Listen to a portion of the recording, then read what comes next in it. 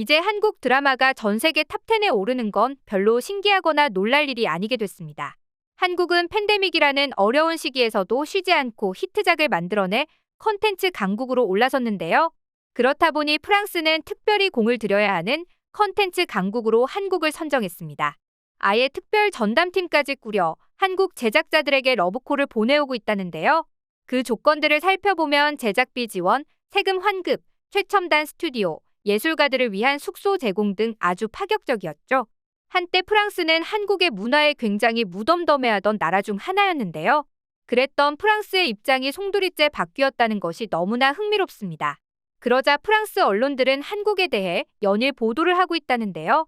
오늘은 그 내용을 자세히 알려드려 볼까 합니다. 유럽 문화의 중심이라고 하면 가장 먼저 떠오르는 곳이 바로 프랑스 파리가 아닐까 하는데요. 꼭 유럽뿐만 아니라 세계에서 손꼽히는 문화 강국 중 하나로 20세기 전까지 서양 문화를 주도한 나라는 바로 프랑스였죠. 그렇다 보니 프랑스만 잡으면 유럽의 문화를 장악하는 것은 따놓은 당상이었습니다. 하지만 과거의 프랑스는 한국 문화의 불모지라고도 불렸습니다. 1886년 조불 수호통상 조약 이후 130년 이상 지속한 우호 관계에도 불구하고 프랑스인들은 한국에 별로 관심이 없었죠. 그도 그럴 것이 그동안 프랑스에서 인기가 많았던 것은 일본 문화였습니다. 서점이든 도서관이든 일본 만화책 코너가 따로 있을 만큼 프랑스 사람들의 일본 사랑은 유별났죠. 그래서인지 1980년 프랑스 파리에 유럽 최초의 한국문화원을 열고 정부 주도로 문화교류에 나섰으나 한국문화원은 비좁은 데다 비가 셀 만큼 시설이 열악한 반면 일본 문화원은 규모가 한국문화원보다 10배나 컸다고 합니다. 그런데 이제 프랑스의 젊은이들은 일본보다 한국을 더 사랑한다고 하는데요. 이런 인기를 입증하듯 프랑스의 한 언론에서는 우리는 왜 한국 드라마를 그토록 사랑할까라는 제목으로 한국의 인기 요인에 대해 분석하는 기사를 내놓았습니다. 오늘은 그 내용을 잠깐 소개해드릴까 합니다. 콤비니는 한국 드라마가 서구에서 성공한 원인을 다음과 같이 분석했습니다. 첫 번째로는 정면으로 불평등을 다루는 드라마라는 것, 둘째는 사랑과 남성성에 대한 시각이라는 것이죠. 즉, 한국 드라마는 사회적 불평등, 부패, 학교폭력, 치열한 경쟁, 집단의 압력 등과 같은 사회적 문제를 정면으로 다루었기 때문에 인기가 있는 것이라는데요.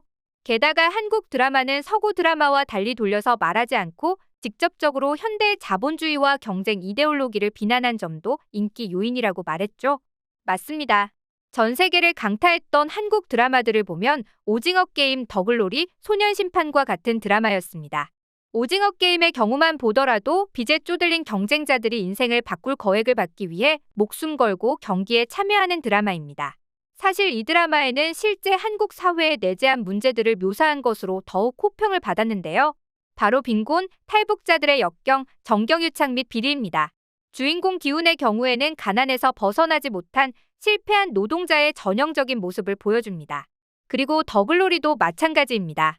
미국의 시사주간지 타임은 괴롭힘과 부의 불평등 사이에는 결정적인 연관성이 있다. 주인공인 문동은은 자신을 돌볼 수 없는 부모와 함께 가난한 상태로 묘사되나 그녀의 폭력가의 주범인 박연진은 부유한 집안 출신이라며 한국 드라마에 묘사된 한국 사회를 조명했죠. 물론 한국은 소득 분배 지표인 지니계수에서 일부 북유럽 국가들, 심지어 미국보다도 더 나은 지표를 보여주지만 한국 내 소득 불평등의 문제 때문에 빈부격차를 주제로 삼은 것인데요. 이처럼 한국은 무조건 자신들의 나라가 최고라고 외치는 것이 아니라 문제는 제대로 꼬집으면서 해결책을 도모합니다.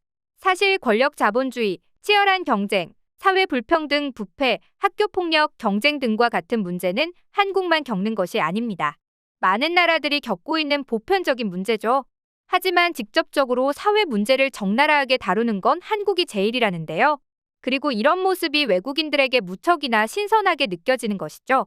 이와 더불어 K-팝 컬처와 와이코리아의 저자 오펠리 시르쿠프는 파리의 에밀리의 주인공처럼 슈퍼히어로도 아니고 단순히 평범한 캐릭터가 주인공인 것에 대해 더 큰 애착과 공감을 느끼게 만든다. 세상을 구하고 싶어하는 캐릭터를 미국과는 달리 개인적인 이야기에 초점을 맞춰 더욱 카타르시스를 불러일으킨다라고 말했죠. 그리고 이 매체는 한국 드라마가 사랑받는 이유에 대해 사랑과 남성성에 대한 내용을 담기도 했습니다. 물론 한국 드라마에는 노인에 대한 존중, 공동체 정신, 낙관주의가 강조되긴 하지만 사랑과 남성성에 대한 신박한 표현 방식 때문에 더욱 사랑을 받는 것이라고 분석했는데요. 최근 외국에는 꽃과 같이 아름다운 남성을 뜻하는 꽃미남이라는 단어가 한국 때문에 퍼지고 있다고 합니다. 즉강하고 마초적인 남성을 선호하던 외국인들이 지고지순하고 헌신적인 한국 남자 주인공들의 모습을 보며 새로운 매력으로 느끼고 있다는 것인데요. 소비력이 높아진 여성들의 욕구를 충족시킬 수 있는 것이 바로 한국의 남성미라는 것입니다. 사실 그동안 서구에서도 마초적이고 섹슈얼적인 남성들은 질린다는 반응들이 많았는데요. 한국 드라마는 선정적인 장면이 없으면서도 로맨틱한 장면들이 많아 제격이라는 것입니다. 하지만 한국 드라마를 보면 꼭 남자 주인공이 여리여리하다는 이야기가 아닙니다. 태양의 후예인 유시진, 사랑의 불시착의 리정혁과 같은 남성들을 주로 떠올리는 것인데요. 겉으로는 남성성이 넘치고 멋지지만 한편으로는 내 여자에게만큼은 따뜻한 모습을 보여주는 것이 진정한 인기 요인이라는 것이죠. 오펠리 슈르쿠프는 한국 드라마가 과도한 로맨스 때문에 비판에 시달리는 경향이 없지 않아 있지만 그래도 전 세계에서 한국 드라마가 인기가 있는 것은 다 이유가 있다며 한국 작가들은 심금을 울릴 줄 아는 대본을 쓸 줄 안다고 말했죠. 그런 이유로 해당 매체는 한국의 드라마와 영화 등 콘텐츠 사업의 미래가 아주 밝다며 끝을 맺었는데요. 실제로 넷플릭스는 향후 4년간 한국 콘텐츠 제작에 약 25억 달러를 투자한다고 발표한 적이 있기 때문에 한국 드라마의 순항은 계속될 예정입니다. 실제로 넷플릭스 프랑스에서 한국 콘텐츠를 이용하는 시청자의 경우 미국 헐리우드나 유럽 콘텐츠보다 K 콘텐츠를 더 많이 추천받는 것으로 조사됐는데요. 만약 일본 콘텐츠를 본다면 그 다음 작품으로 일본 것을 추천해주는 게 아니라 미국이나 유럽의 콘텐츠를 소개해주는 것과는 확실히 다른 모습입니다. 즉 그만큼 프랑스 사람들이 한국 작품을 많이 본다는 소리이기도 하고 넷플릭스가 한국 작품의 우수성을 인정해줬다는 것인데요. 이제 넷플릭스 프랑스 홈페이지에는 연애에 대한 모든 것, 한국 드라마나 적이었다가 애인이 되는 한국 드라마라는 분류 체계가 따로 있을 정도로 한국 로맨스가 강세라고 합니다.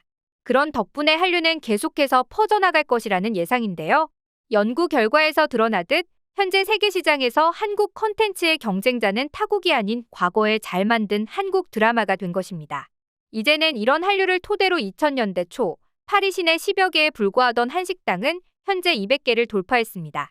심지어 팬데믹의 여파로 폐유업하는 식당이 속출하는 와중에도 오히려 큰 폭으로 늘어났다는데요. 프랑스 지방 도시에도 한식당이 80여 개로 늘어났다고 합니다.